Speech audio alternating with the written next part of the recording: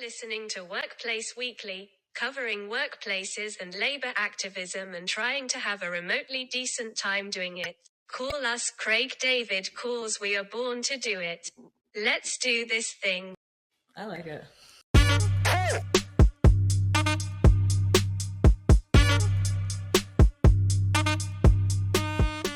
Hello and welcome back to another cracking episode of your favorite workplace podcast, Workplace Weekly.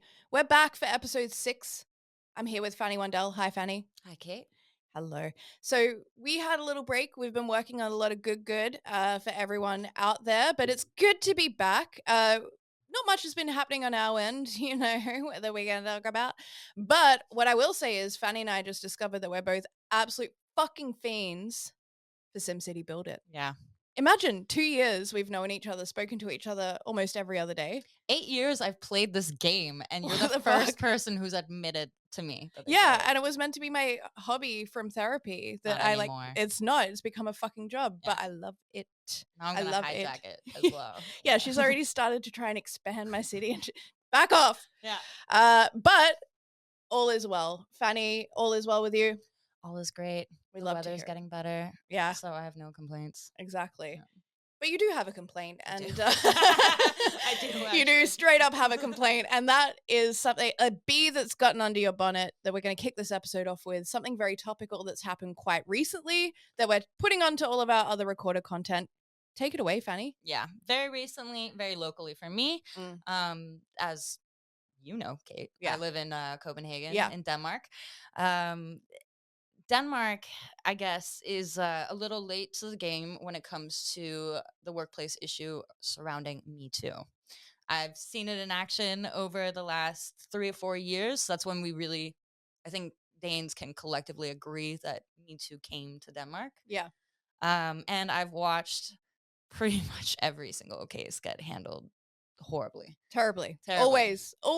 No one's doing it. Yeah. It's not good. A lot of victim blaming, a ton of sexism, just all the things. All the classics. Yeah. The Danes are just purging all the horrible, thought processes and rhetoric and everything like that. It feels like they didn't have the Beyonce feminist watershed moment in the same way that America did. So, it's hitting later, but it's also a lot of, I guess, things that maybe people abroad might find outdated when it comes to dealing with Me Too allegations and reactions, right? Yeah. I mean, let's start with the fact that, and that's not just Denmark. I think a lot of people have a misconstrued idea of what Me Too is. And Me Too, for one, it was started by a Black woman. Yes, it's been adopted by rich, privileged white women mostly. Yes. But Me Too is about the workplace. It's not about domestic violence. It's not about your private romantic relationships. It's actually essentially about sexual harassments and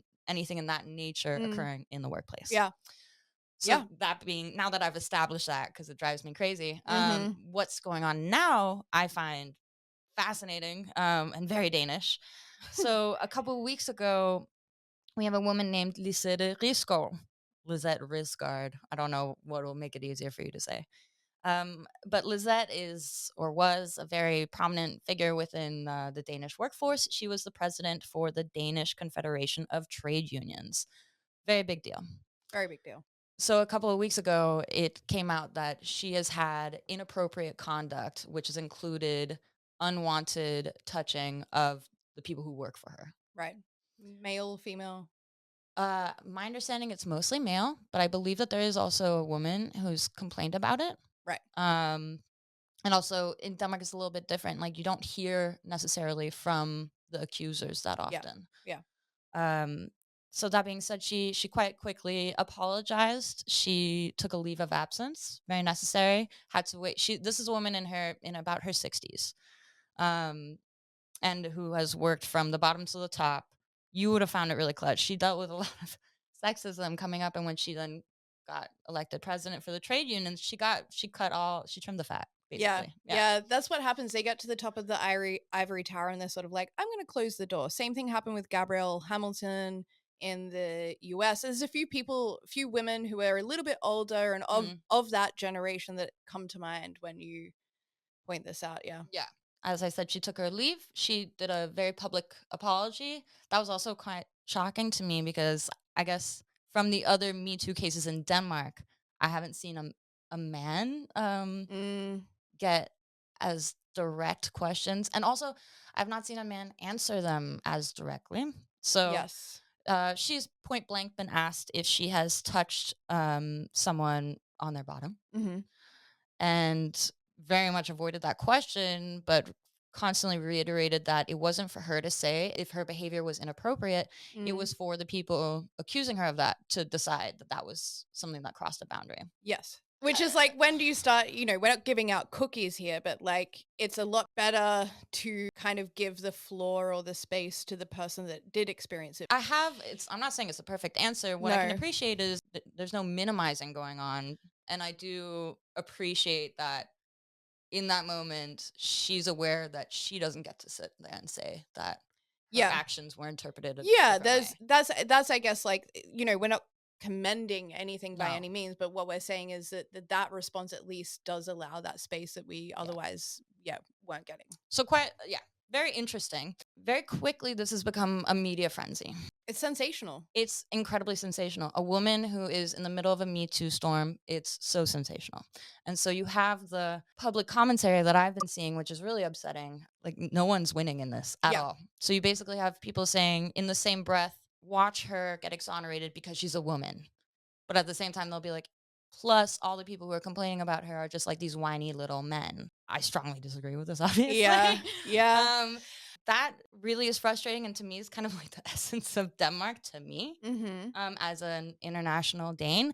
The public discourse is really concerning. No one really has a point to really be made other than the fact that they hate Me Too. Yeah.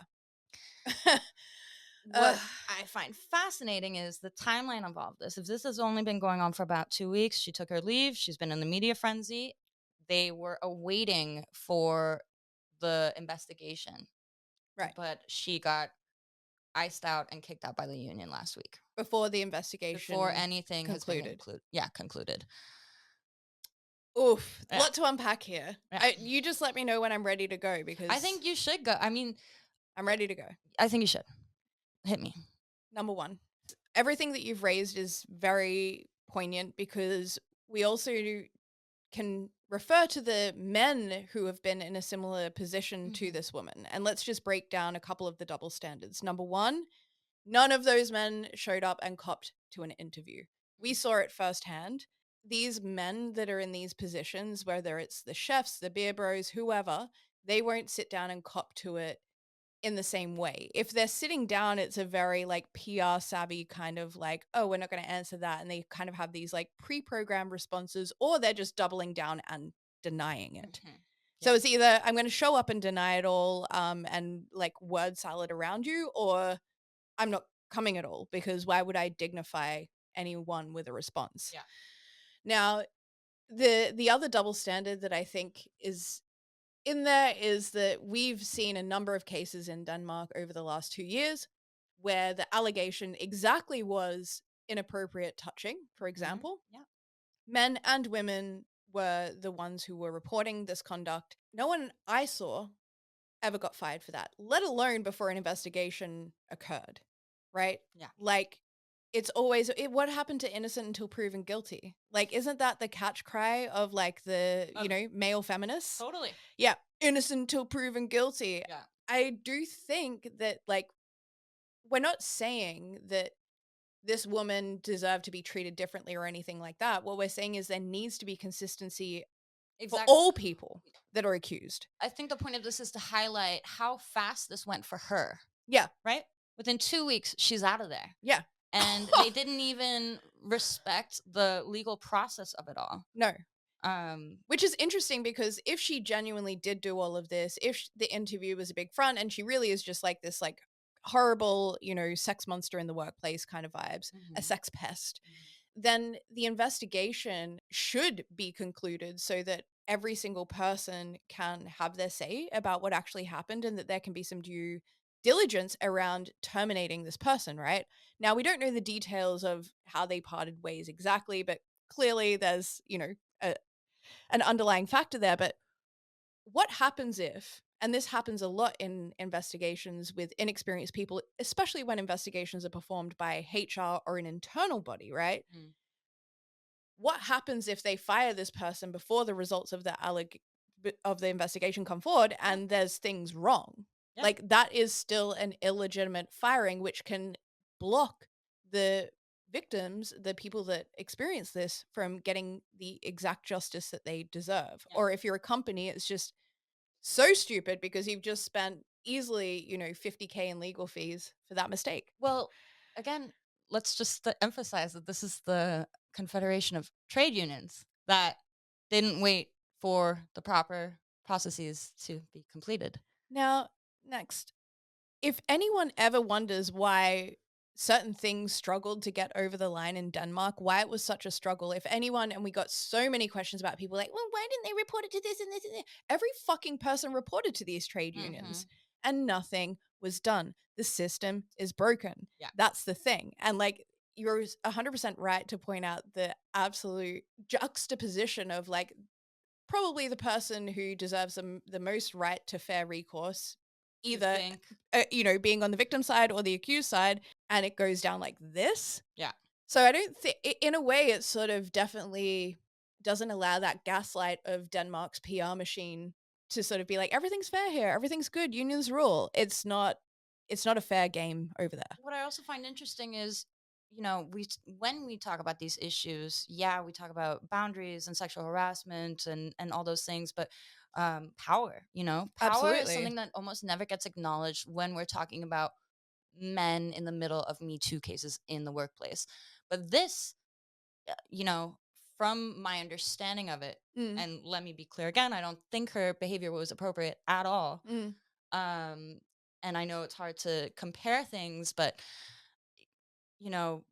her inappropriately touching wasn't a physical threat per se to some of the people in the office, but it was a power play. Yes. Yeah. Yes, that's the thing. And you're so right. Like, power it's not allowed in the other conversation, even though the power dynamic is usually the driving factor of the incident occurring anyway. Yeah. And that's the thing. She's the big boss, right?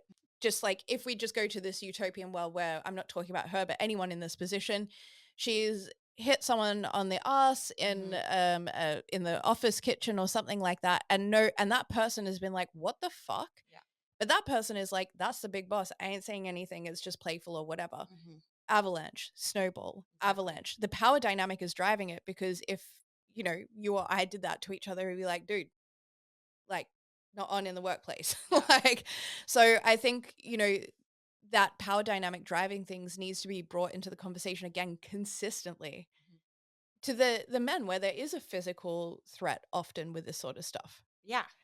And it's not downplaying, but it is just sort of saying, well, if we don't have standards in how we uphold standards, what are we doing out here? Exactly. It's a wild west.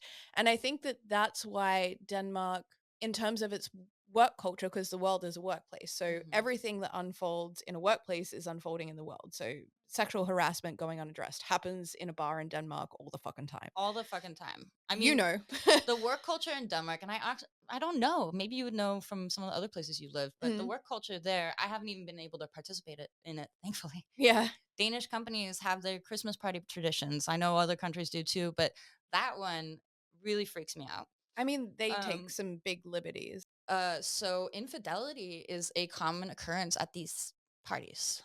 Like, very, very common occurrence. It's somewhere where you turn a blind eye. I've personally never experienced it. My future husband has been about to go to one where his coworkers pretty much said that they didn't care that we were together, that they were gonna go for it. Okay. So it's those sort of dynamics that are just constantly in play over there. The lines are really blurred between the fun and the professional. It's kind of like, but we're progressive. Like, we've done the work. We don't need to have conversations about our culture, because like, we've done the work. And it's sort of like, when the work experience is this bad for the amount of people that it is for, and like, when you actually step back and look at the scandals of Danish work culture, like, I wish we could do it per capita, because it's kind of like, it's pretty fucked up. It's really bad. It's really bad. And I think it comes from this place of like, well, we don't need to talk about it. Like, men should be men, and this should happen like this, and that should happen like, we're not racist. There's no black people even here. Yeah. That kind of stuff really holds the Danish culture back from progressing. They're very defensive. We saw that. It's Very immediate defensive. quite nationalistic. I actually do at this point liken them a bit to Americans. There's It's this the United mentality States of Europe. Yeah, there's this mentality of like, we're the best here. The best, the best, the best. Yeah. Let me remind you that they still don't have equal pay in Denmark. That's why I think this case will be very interesting to follow along with, because it is going to say a lot about where Danish culture is at in 2023 and where the workplace standards are at in 2023. You've had year after year from 2020, 2021, 2022, massive, huge workplace abuse stories, right? So where are we at with that? You know, Curious to find out. Curious to find out. So we'll leave it there for our intro. I hope you enjoyed just a little ruminating on what's happening in Denmark. Of course, there'll be some links in the show notes for you. Now let's get on with episode 6. It's jam-packed. Big up. Big up. Whoop. Whoop. Peace.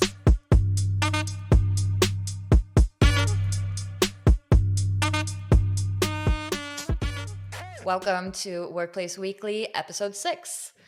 Big workers' rights energy brewing on this episode. We're talking about a huge decision about what workers can and cannot say post-severance. Another segment of your favorite workplace game show, Who Wants to Be? Who Wants to Be? And we're going to reflect on Mafia Daddy Howard Schultz feeling the burn in the kitchen of Congress accountability, as well as getting licked sideways by Republicans. Shit got weird, but now we need to stand with Starbucks workers, so we're going to talk about it.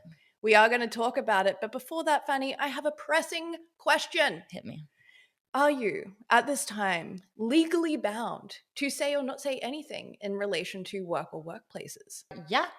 Yeah. Yeah, yes, I am. Yeah, I am too, with a lot of clients, with you, with other employees at Hand and Heart, with cases, legal agreements, and things around confidentiality are very much part and parcel with our day-to-day lives. Mm-hmm. But what if there was a decision where those agreements, if you got fired, for example, under some bad circumstances, were null and void, and then you could just go on social media and kind of talk about what happened? That sounds like the dream. It does sound like the dream. Do you think it would have made a difference in your work when you were dealing with this stuff? Yeah. It would have been huge, right? I think it was, if it was a normalized thing, then everything we've done for the last 2 years would have looked marginally different. Yeah. When you say it like that, when you say it like that, yeah, that's hitting home. Yeah. So the reason why I ask is there was a huge decision recently. This is coming from the National Labor Relations Board in the United States. And this decision, this is from Vice on the 24th of March, 2023 reporting. Non-disparagement clauses are retroactively voided, NLRB's top cop clarifies. So the General Counsel of the NLRB issued a memo basically clarifying one of the biggest open questions for the Labor Board, which was around non-disparagement clauses. Now, we want to inform you. We want to tell you this because there are some huge implications, and the reporting is good. It's great to see that people were popping off on Twitter.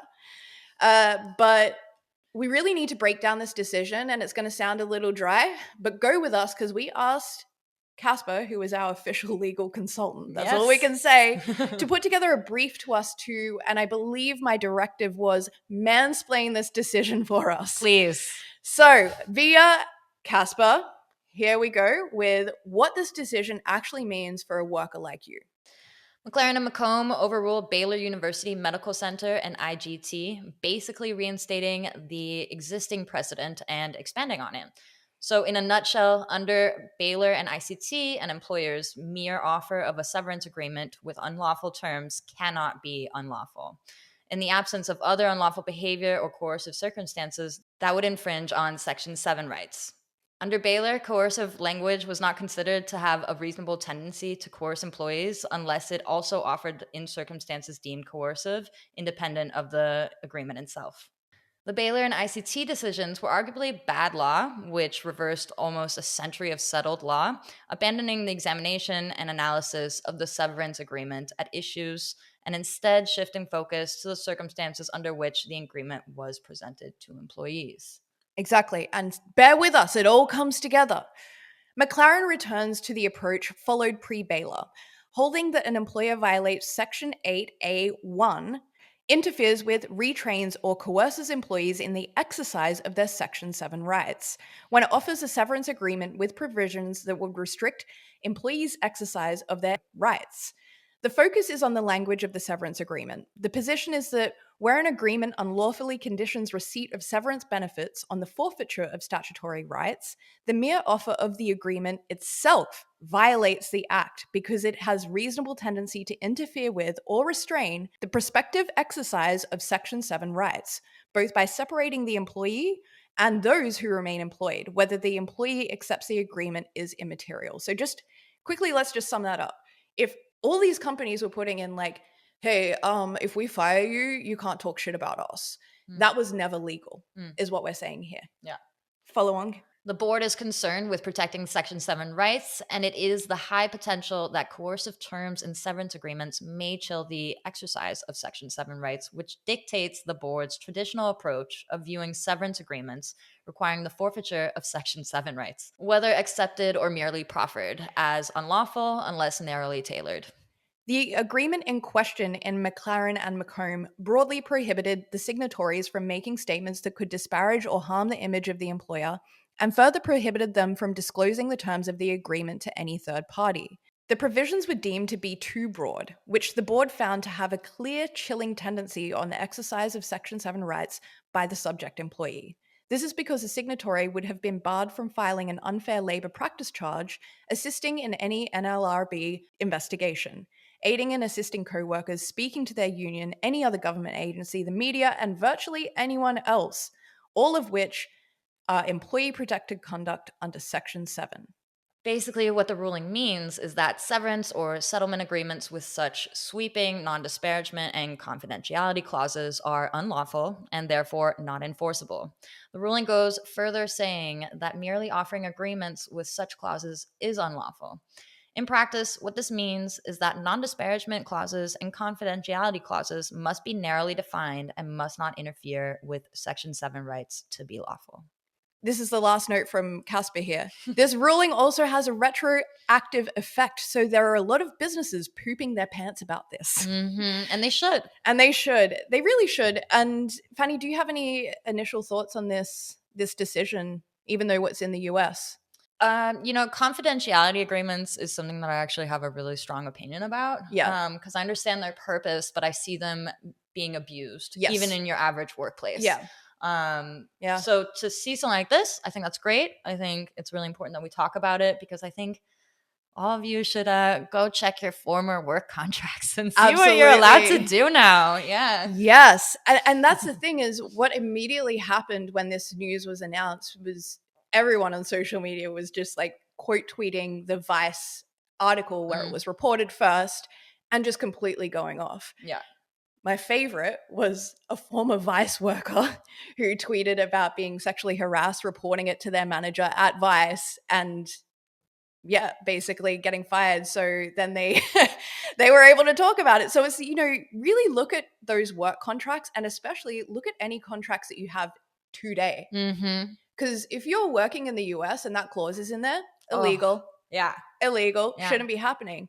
I'm very curious how this changes the dynamic moving forward because everyone knows I'm predicting a full all-out war of culture and politics that will be decided in the workplace. That is happening. The way the transaction of work is, it's the only place in our lives that we are economically engaged with some kind of leverage. Yeah. So businesses need us to make money. And that's why strikes and unions and actions like this are effective because what's the first thing people do? They stop working. They stop engaging in the transaction. It's the one economic position we can take as workers. The other thing that is very powerful is information. Yeah. The ability to share information. So this feels like a huge leverage for workers who have genuine grievance to have another outlet to go to the media. How many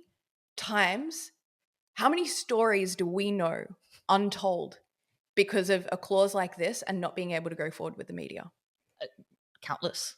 The shit we know. And can you imagine what our podcast would have been like if we weren't restricted by that? I mean, that's the point. Yeah. That's exactly the point. This is a game changer. I couldn't be happier to see this happening. This is a topic we're going to be going deeper and diving way more into as this goes on. But for now, I definitely think a little bit of a celebration. We get so few. Grab your contracts. All right, that's it from us at the top of the show. Enjoy the rest of the show.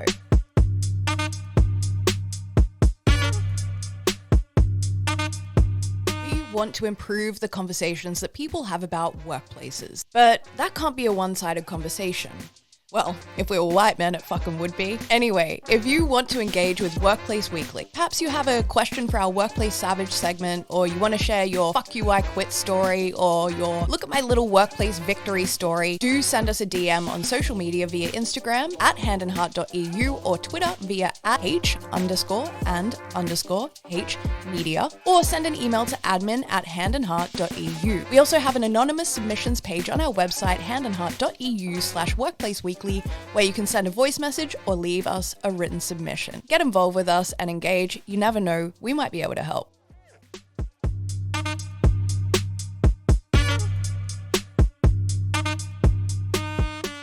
Okay, so we're ready to get into another topic, Fanny. Now, March 31 was the International Transgender Day of Visibility, which is an annual event dedicated to celebrating transgender people and raising awareness of the discrimination faced by transgender people worldwide, as well as, of course, absolutely celebrating their contributions to society. It was a day that was initially started by a trans activist, someone who wanted to have a more celebratory space for trans people. Obviously, you know, being a hardcore lesbian,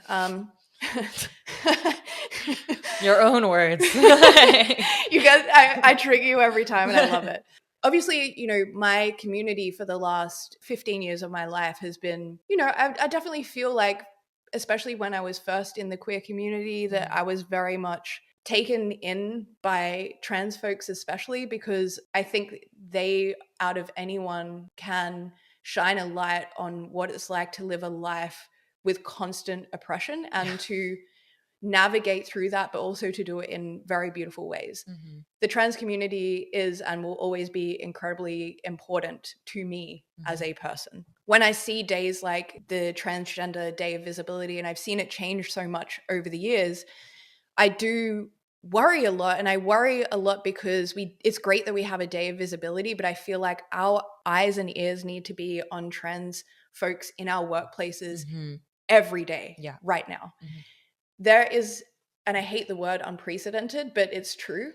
There is an unprecedented global wave of activism helmed by people like J.K. Rowling, for example, whatever her name is. That idiot. You know, you've got anti-trans people touring with events specifically talking about this as being one of the greatest threats to normal society. That is so fucking concerning. The way that trans people are being treated in their workplaces, it is up to us to stand up. And people, you know, they'll say about trans folks in the workplace and things like that, oh, well, how do I take a stand? How do I take a stand? You just do it. So someone says something disparaging, whether that person is around or not, you shut it down. You report it to whoever you could report it to. If you don't have HR at work, call a discrimination board. Do not let that shit slide. That is what trans visibility is about. It's not about cherry picking people in the office to give a trophy to once a year. It's about standing up for them every single day. And saying, you as a person are, yes, visible to me, but the oppression you face is, and I'm not accepting it. Got a little more passionate than I wanted to there. I loved it though. You're fired up. As you should be. I am fired up. We wanted to find a way to talk about this and to highlight some of the points and things that we might feel about trans statements and these sorts of days of visibility with our favorite game show. Who wants to be?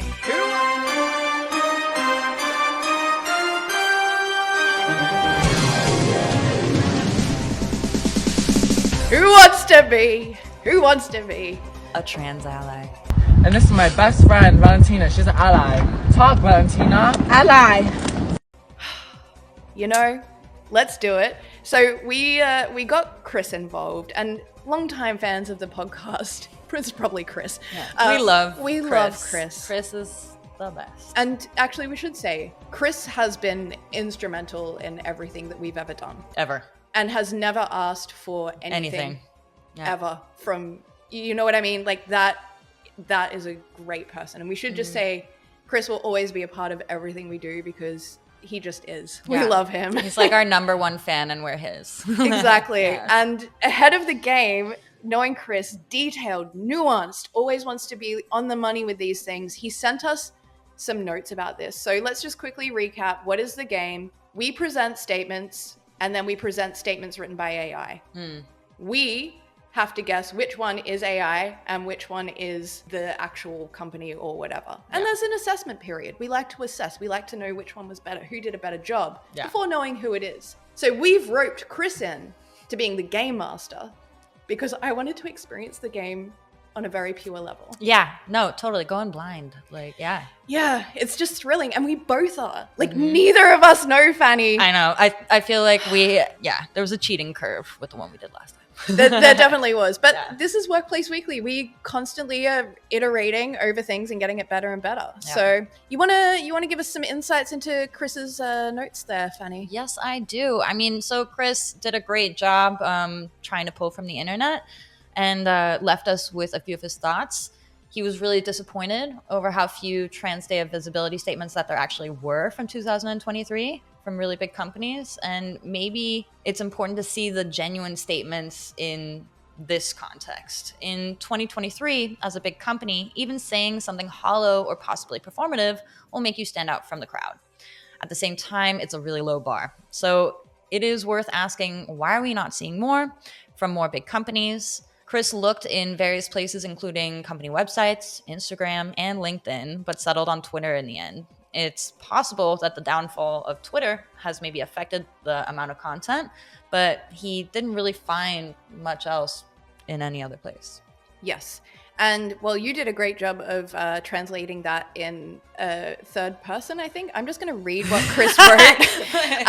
And this is specifically about using AI, and it's such a good point. And AI is something we're really going to get into as we move through the Workplace Weekly episode. So I love that Chris has included this as the notes before we can play the game.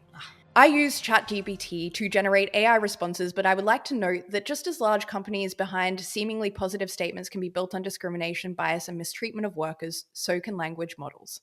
I am not endorsing this tool, only using it to show a computer model which is arguably, at least in part, built on the exploitation of workers, the theft of others' work, and the reproduction of harmful biases, and which surely cannot care about Transgender Day of Visibility beyond saying that it does if you ask it to. And it's able to churn out statements which can pass for those published by large companies. Go figure. For consistency, both genuine statements were found via corporate Twitter accounts, and both fake statements were generated by ChatGPT 3, he's detailed, on the 3rd of April 2023 and are unedited. The prompts were, please write a corporate tweet about Trans Day of Visibility for the company. And here we go. Let's get into it. This is Who Wants to Be a Trans Ally. Boom. Roll it, Amanda.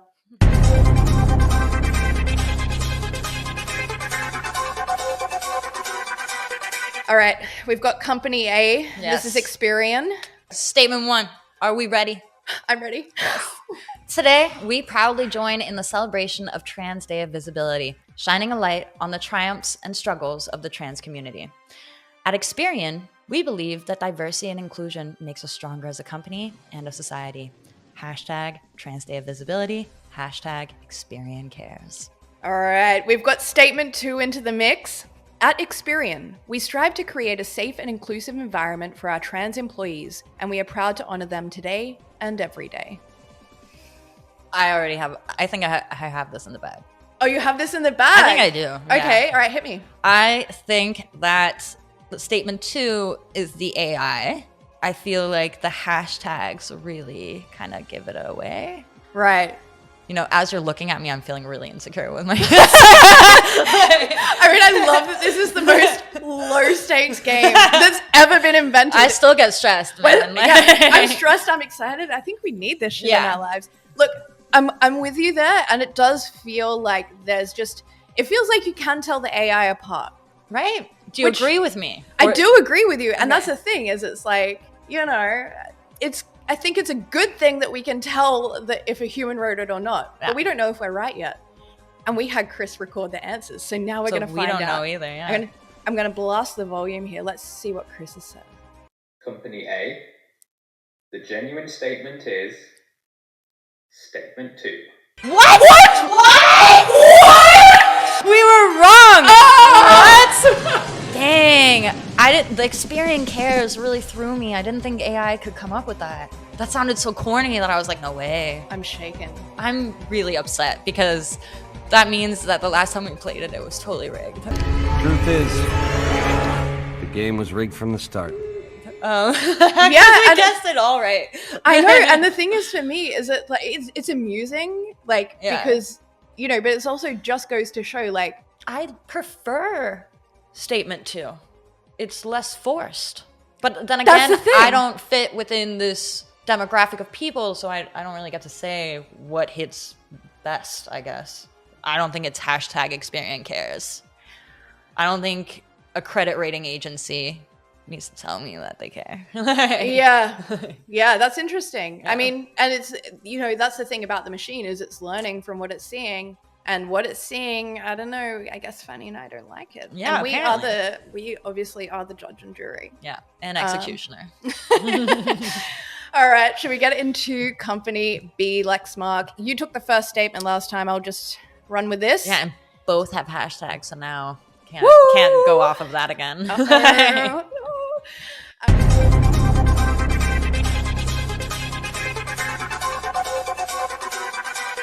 All right, so this is Lexmark, the printer company. This is Chris, like good find. Random companies. Today is Trans Day Visibility. Today and every day, Lexmark celebrates trans people for being who they are, and we stand in solidarity with our trans employees, customers, partners, and community members. Hashtag TDOV, hashtag Trans Day Visibility, hashtag trans, hashtag LGBTQ. Statement 2, here we go. Today and every day, we celebrate diversity and equality. On Trans Day of Visibility, we stand with the transgender community and extend our support. Hashtag Trans Day of Visibility, hashtag Print with Pride. I didn't even catch that. I literally, that was my genuine reaction because I didn't read that till just now. I actually hope that statement 2 is not genuine. I'm going to be so upset. I think it is.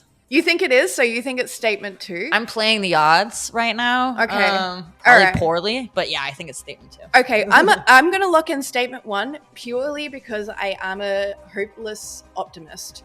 And I really don't want that one to be true. So let's take it to Chris. Let's see what he's got to say for us. I'm on tenterhooks. Tenterhooks? Company B, the genuine statement is statement 1. What?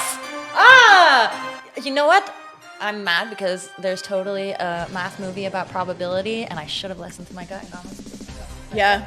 Yeah. But can I just say that I'm so glad that it's not Print with Pride, and I'm also disturbed that that AI could come up with that. That's what, because I was also, that was my thought too. AI couldn't. I need to stop thinking what AI can do because clearly I don't know. I think we shouldn't know because we don't know, and they're not really communicating the information about this stuff particularly well. Pretty much every artificial intelligence project that has sort of made waves over the last, decade or so, facial recognition technology has racial bias. Yeah. We know that. AI is inherently a misogynist. And I think it's worth, as we go along, sort of understanding, it's learning from us. And I think what we've forgotten is that we're shit. Yeah. And we need to address that because it could go either way. I know the game is that we put one in, but it could have gone either way. I mean, this is really confusing. Genuinely. The print with pride, I think I'm going to have aftershock for a little while with that. But you know Can't what? believe they came up with that. I could see craft beer doing a hashtag like drink with pride. Yeah. Like that's why I'm so shaken by it, is I'm just like, wow, at face value, the types of corporate sort of messaging that we're used to accepting, or that we would consider to be the standard, is kind of, it is hollow. That's the point, is it is hollow. And how do we move beyond saying hollow things to doing very tangible, thoughtful, mindful things for community members like those in the trans community? How are we really accelerating their pathway to rights? This is overdue. Yeah. You know? Yeah.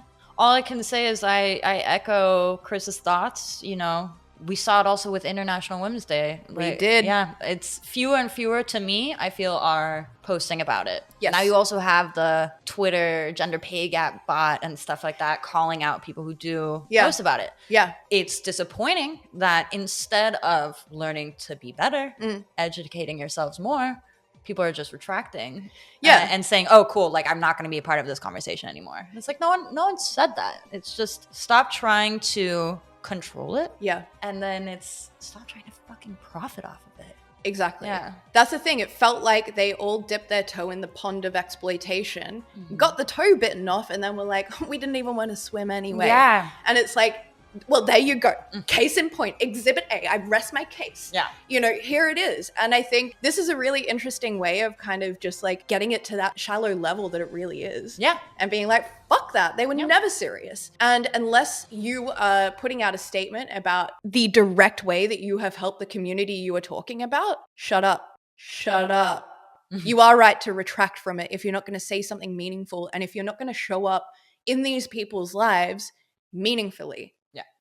Simple as that. Well, I have to say, Fanny, I don't know about you. Do you have any more thoughts on this? I don't. You know, this was really fun and we should keep doing it. Well, that's what I was going to say. I just thought like the new format and upgrading the format. I feel I like Chris's our game presence. master. I think this needs to keep happening. Yeah, this is how it goes from now on. Chris, you've officially got the job. You're hired. You're hired.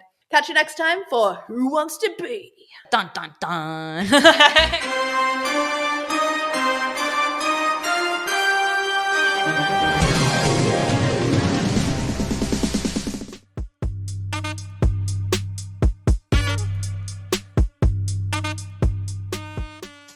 Hello. We are here for a new segment, fresh, tender, and it is called The Airing of the Grievances.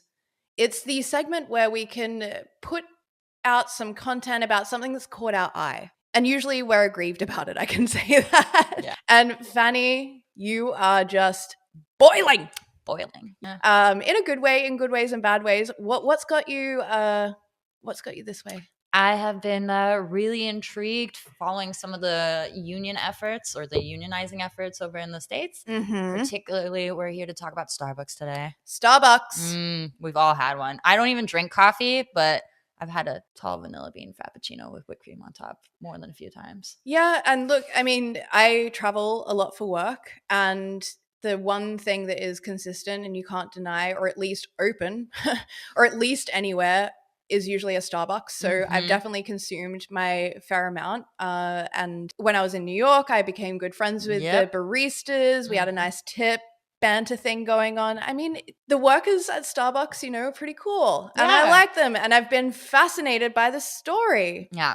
We'll do a quick rundown over what's going on. And the history of Starbucks and unionizing it runs deep, all the way back to the 80s. We're not going to go all the way back to the 80s today. We're just going to go back to the end of 2021. That's where across 2021, 2022, over 6,000 workers across nearly 300 Starbucks locations have voted to unionize. The employees really aim to use collective bargaining to get a number of improvements, such as higher pay, more hours, and better safety protections. And the last one being more necessary, especially since employees became frontline workers during the pandemic. You and I have worked in hospitality. I think, that was messed up during the pandemic, how much we relied on hospitality people, myself included. For those that don't know, Fanny had a huge role in advocating for the hospitality industry during the corona pandemic. And this time period that we're talking about with Starbucks was at that really crucial time. Yeah. Suddenly you're telling people how to go about a pandemic, and they're not fans of it. The emotional labor alone is crazy. Yes. Moving forward, though, they would love better safety protections because of this. They also want more say in what their working lives are like, and they want to hold a company that talks of progressive values accountable. Does that sound familiar? Ooh, it's just like all the little ghosts around me right now. As it currently stands, no store has negotiated a collective bargaining contract yet, and pro-union Starbucks locations have been closed. Also, as soon as the workers filed for a union election with the National Labor Relations Board, which is a governmental agency tasked with handling disputes between employers and unions, Starbucks asked the agency to delay the union vote, which was then rejected by the NLRB. Also, according to this union, Starbucks is strongly opposed to the unionization efforts of its stores. And in addition to asking the NLRB to delay the certification of the Buffalo union election results, the company also asked the agency to prohibit Starbucks workers from organizing their stores individually. So it started in Buffalo, New York. Basically, they were arguing that all the 20 different Starbucks locations in Buffalo had to unionize together. They couldn't gerrymandering. That's gerrymandering, dude. They couldn't organize in their locations individually. Thankfully, this was also rejected by the NLRB. Crazy. Starbucks has basically been accused of union busting. Yeah, they've been accused, but there's also over 100 decisions from the NLRB, which is basically saying, yeah, you did union pretty bust. Much verifies it, but the gaslighting is still real. And KB, you tuned into it like crazy last week. I did. So there was a congressional hearing about Starbucks union busting, the whole situation. And of course, the former CEO, I believe he's stepped down now, Howard Schultz. Sorry, not to interrupt you. He's the interim right now. Yes. Yeah. Thank you. And this is why, fact check. So anyway, Daddy Howard Schultz. Daddy, chill. Now he's like if a Gaslight and Audacity had a baby. You know what I mean? And it wore a suit and walked around. That's Howard Schultz. The guy's slimy and he thinks he's so extraordinary, but he's not extraordinary. But Fanny, I'm going to hand it over to you. I did watch the live stream of this. I watched it on the Twitch channel for the Starbucks union workers because I'm invested deep in this. And I just have to say, I think the union did a fantastic job of not only making sure that people could watch this in real time, but also the commentary. Wow. So good. Wow. The content that came out afterwards was impressive. They're doing a fantastic job of advocating for themselves in a media space with no fucking resources. Yeah. You know, of course there's articles here and there, but wow, they're doing a great job. So that's where I watched this. I know that you've been following up on it pretty heavy. What stood out to you? What are your thoughts?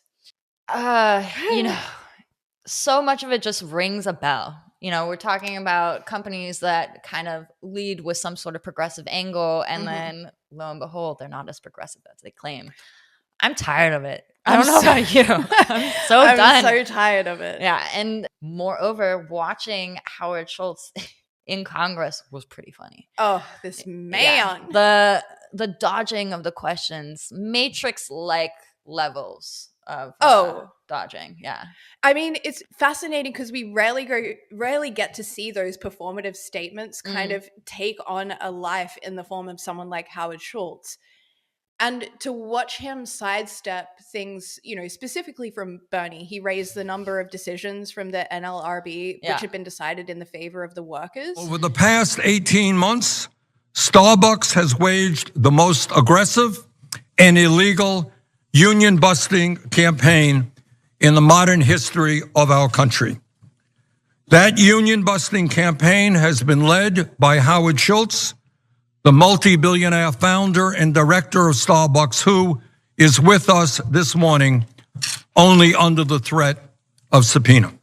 And the way, like, this man was just like fucking tango, step 1, step 2, step 3, just like dodging, like you said, Matrix level shit.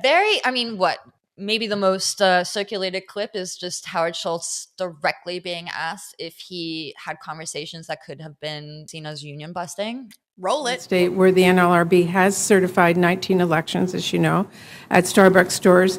They have issued 71 complaints covering 31 unfair labor practice charges, and NLRB judges have issued 2 decisions now finding that Starbucks violated federal law. So let me just ask you a simple question. Do you agree that it is workers who get to decide whether they want a union? Senator Murray, I agree that the person at Starbucks has the right under the law to decide whether or not they want to join a union, and Starbucks Coffee Company also has the legal right to provide a vision for our employees, which currently represent 99% of the 250,000 who wear the green apron. So when you see that, what do you think? I think he's full of shit. I don't know what else to say. I think mafia daddy, like it's that between the lines sort of stuff. That's it. Do you know what it is? He's in bed with those people for sure. I'm sorry, that's how you took it. Yeah. I'm sorry, that's how it made you feel. Yeah. It's totally that shit. But to see it in front of a government agency was just mind-blowing. I have a couple of things here. So I want to say that there was definitely some licking going on from the Republicans. Like you had Mitt Romney, this bitch, out here being like, oh, it's kind of funny that you were a Democratic presidential candidate, but I agree with you. It was really fascinating to see the juxtaposition of the political spectrum at play here, because, you know, what the Democrats are meant to represent, what the Republicans are meant to represent. It was really fascinating. I just want to give a shout out to Senator Murray, because I thought her line of questioning was spectacular. This is a masterclass on how you do not allow someone to dodge accountability with their little answers. You have heard what they've had to say. You've said, that's bullshit, and you fucking bulldoze them. That's the masterclass. That's what we need to see. You need to just completely disregard what they're saying and not sort of feel this pressure of politeness to sort of be like, oh, but like he's saying it, so like I just have to entertain it like it's a true thing. No, in this setting, in this realm, if you say something untrue, it gets bulldozed over. Now, the final sort of thing that I want to say about Mr. Schultz getting his moment in the sun there was that all of this is about giving workers a voice, giving workers a seat at the table. Schultz is out here acting like these workers don't want a seat at the table to make workplaces better, to make their business better, to remain employed with the business, and to continue to be employed with the business. He pretends none of that is a part of the decision. What he pretends is that they want a seat at the table so they can dominate it, so they can take power away. Yeah. That is not what the Starbucks union is trying to do. What they are trying to do in terms of a power grab is get a seat at the table so that they can be involved in the decisions about their workplaces. It's as simple as that. And I'm so tired of companies being like, oh, but we gave you fucking paternity leave. Oh, but we call you this thing that's not an employee. So like, you're a partner, not a barista. Get fucked. I That swear, get fucked. I'm so over it. Get a big dog up. You fucking deserve it. Because they want to dictate what our best employment circumstances look like and pretend it's not a transaction. Yeah. Done with it. That's my piece, Fanny. I'm handing it back to you. What else you got for me here? What's on it? Hey, now we're back in real time, so we're gonna continue to follow it. We know that one of the key union organizers and Starbucks employees only last week, 2 days, I believe it was 2 days after he was in Congress, she was let go from her job. She's one of many pro-union workers for Starbucks who have been let go of their jobs, where they're citing, violations of company policies that are kind of non-existent. And you've had the NLRB pretty much conclude that they were in fact fired due to retaliation. Yeah. So all I can say is read up on it yourself and keep listening here for when we want to update you, and definitely go follow the Starbucks Workers United on Instagram, because that is great stuff. One of the things that they're doing, I think we forget that every time a union puts themselves into a media landscape, that they're doing us a service. They're educating us on different rights. When you hear about a case of retaliation in a specific decision, you can actually sort of put two and two together in terms of, well, how does this affect the average workplace? It's again that moment of seeing people being mistreated and sort of being able to educate yourself and say, well, am I being mistreated? Are there people around me being mistreated? So it's not just a one-way street or transaction in that sense. Like, you can get a lot from following what's happening with unions, particularly in the United States. Fanny is 100% correct. We're getting kind of laser focused on unions as we move forward for a little something we're cooking up for y'all. So on that note, do go and follow Fanny's advice. Follow the union. Definitely look at some of the clips of Howard Schultz absolutely copping a grilling, because don't even look at the Republicans looking him sideways. Like, it's just so embarrassing for everyone. It's so cringe. But watch him get roasted. All right, we're out. Bam.